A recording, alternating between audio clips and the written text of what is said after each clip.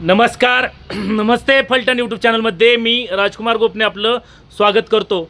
सातारा जिल्ह्याचे मिनी मंत्रालय म्हणून ओळखला जाणाऱ्या सातारा जिल्हा परिषदेच्या पंचवार्षिक निवडणुकीची रणधुमाळी सध्या जोरात सुरू आहे। याबरोबरच फलटण तालुक्यातील पंचायत समितीच्या निवडणुकीच्या अनुषंगानेही जोरदार मोर्चे बांधणी सध्या सुरू आहे। फलटण तालुक्याचा जर विचार केला तर प्रामुख्याने फलटणमध्ये भारतीय जनता पक्ष आणि त्यांचा मित्रपक्ष असलेला राष्ट्रवादी काँग्रेस पक्ष त्या विरोधात राजे गट शिवसेना यांच्यामध्ये कडवी लढत होणार असल्याचे स्पष्ट संकेत मिळत आहेत। यामध्ये राष्ट्रीय समाज पक्षाचीही फलटण तालुक्यामध्ये निर्णायक भूमिका ठरणार आहे आणि अशाच पार्श्वभूमीवरती सध्या मोर्चे बांधणीला वेग आला आहे। हे सर्व जरी खरे असले तरी राज्य पातळीवरून काही संकेत येत आहेत। यामध्ये नुकतेच राज्य निवडणूक आयोगाने कोर्टाकडे एक अर्ज करून या निवडणुका आहेत, या निवडणुका 31 जानेवारीपर्यंत घेणे अशक्य आहे। 30 जानेवारीपर्यंत त्यामध्ये वेळ वाढवून द्यावा, म्हणजेच दिनांक 10 फेब्रुवारीपर्यंत वेळ वाढवून द्यावा अशी मागणी राज्य निवडणूक आयोगाने सुप्रीम कोर्टाकडे केलेली आहे। याबाबतची सुनावणी उद्या 12 जानेवारी रोजी होणार आहे। यामुळे आता या सुनावणीकडेही लक्ष लागून राहिले आहे आणि त्यानंतरच या निवडणुका आता जाहीर होणार का की पुढे जाणार याकडे लक्ष लागून राहिले आहे।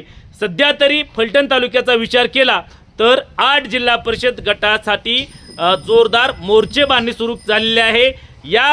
याकडे जर आपण पाहिलं तर प्रामुख्याने भारतीय जनता पक्ष आणि त्यांचा मित्रपक्ष असलेल्या राष्ट्रवादी काँग्रेस पक्ष यांनी इच्छुक उमेदवारांच्या मॅरेथॉन मुलाखती माजी खासदार रणजितसिंह नाईक निंबाळकर, आमदार सचिन पाटील, त्याचबरोबर राष्ट्रवादी काँग्रेसचे तालुका प्रमुख श्रीमंत शिवरूपराजे खर्डेकर, कृष्णा खोरे विकास महामंडळाचे संचालक माणिकराव सोनवलकर, त्याचबरोबर भारतीय जनता पक्षाचे मंडल अध्यक्ष लक्ष्मण सोनवलकर, बापूराव शिंदे, अमित रणवरे आदींच्या प्रमुख उपस्थितीमध्ये ज्येष्ठ नेते प्रल्हादराव साळुंके पाटील यांच्या मार्गदर्शनाखाली या मुलाखती संपन्न झालेल्या आहेत। याची चाचपणी भारतीय जनता पक्षाने त्यांच्या मित्रपक्षाने केलेली आहे।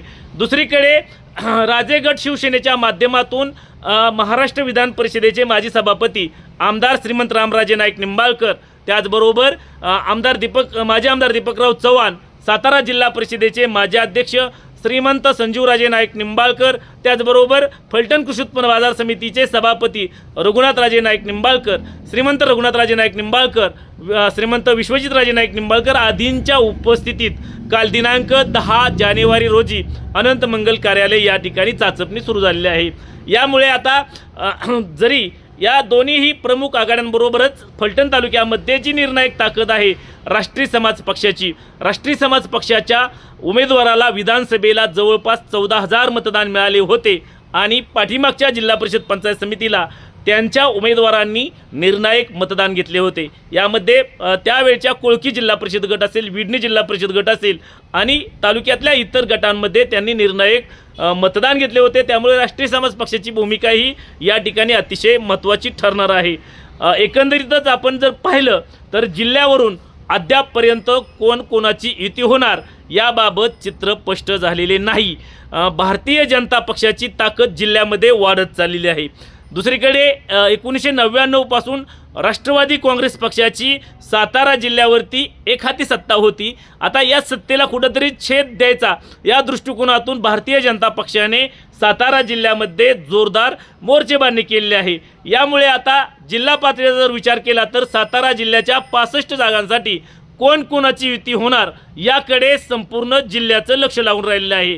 सध्या जर विचार केला तर भारतीय जनता पक्ष सातारा जिल्ह्यात सगळ्यात प्रबळ आहे आणि त्यानंतर त्या खालोखाल राष्ट्रवादी काँग्रेस पक्ष जो अजितदादा पवार यांचा आहे त्याची ताकद आहे। त्या खालोखाल शिवसेना एकनाथ शिंदे यांच्या पक्षाची सर्वाधिक ताकद आहे। अर्थातच 8 आमदारांपैकी जवळपास 4 आमदार हे एकट्या भारतीय जनता पक्षाचे आहेत, तर 2 आमदार हे राष्ट्रवादी काँग्रेस पक्ष आणि 2 आमदार हे शिवसेनेचे आहेत।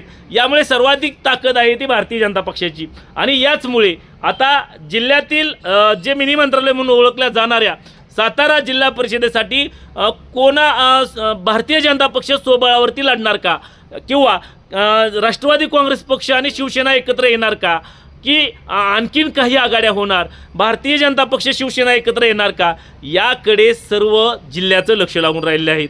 याबाबत सर्व पक्षांच्या बैठकाही संपन्न झालेल्या आहेत.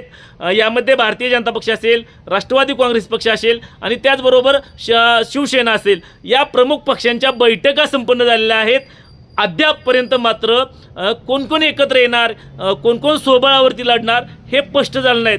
याकडे सर्वांचं लक्ष लागून राहिलेलं आहे. याबाबत फलटण तालुक्याचा जर विचार केला तर फलटण तालुक्यामध्ये भारतीय जनता पक्ष हा राष्ट्रवादीला सोबत घेणार आहे असं गेल्या अनेक दिवसांपासून सांगत आहे.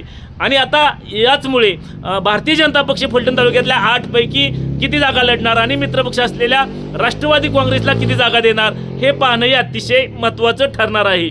नुकतेच राष्ट्रवादी काँग्रेस पक्षामध्ये फलटण तालुक्यातील युवा नेतृत्व सह्याद्री भैया कदम यांनीही या ठिकाणी जाहीर प्रवेश केलेला आहे. त्यांना जिल्हा परिषद लढवणं ते इच्छुक आहेत. त्यांना जिल्हा परिषदेला या ठिकाणी संधी मिळते का हे पाहणे अतिशय महत्त्वाचं ठरणार आहे.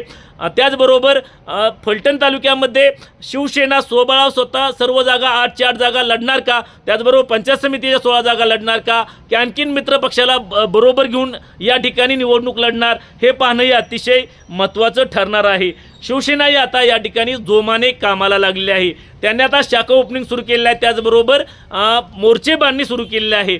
दुसरीकडे भारतीय जनता पक्ष आणि त्यांचा मित्रपक्ष असलेले राष्ट्रवादी काँग्रेस पक्ष हे या ठिकाणी शासन आपल्या दरबारी याच्या निमित्ताने गावागावामध्ये जाऊन या ठिकाणी लोकांच्या अडीअडचणी सर्व अधिकाऱ्यांचा ताफा घेऊन लोकांचे प्रश्न निकालात काढण्याचा प्रयत्न आमदार सचिन पाटील यांच्या माध्यमातून होत आहे. त्यांच्या समवेत या ठिकाणी माजी खासदार रणजितसिंह नाईक निंबाळकर, त्याचबरोबर ज्येष्ठ नेते प्रल्हादराव साळुंके पाटील हे या दौऱ्यामध्ये प्रामुख्याने सहभागी होत आहेत. आणि याचमुळे आता फलटण तालुक्यातील जी मोर्चे बांधणी आहे ती अगदी जोराने मोर्चे बांधणी सुरू झाली असतानाच निवडणुका मात्र कधी जाहीर होणार याकडे संपूर्ण तालुक्याचं लक्ष लागून राहिले आहे.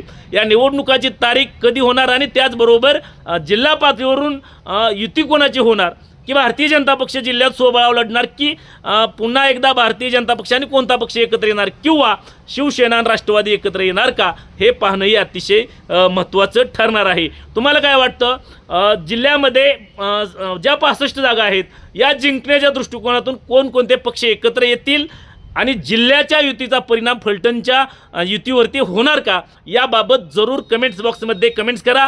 आपल्या कमेंटचं या ठिकाणी निश्चितच स्वागत आहे.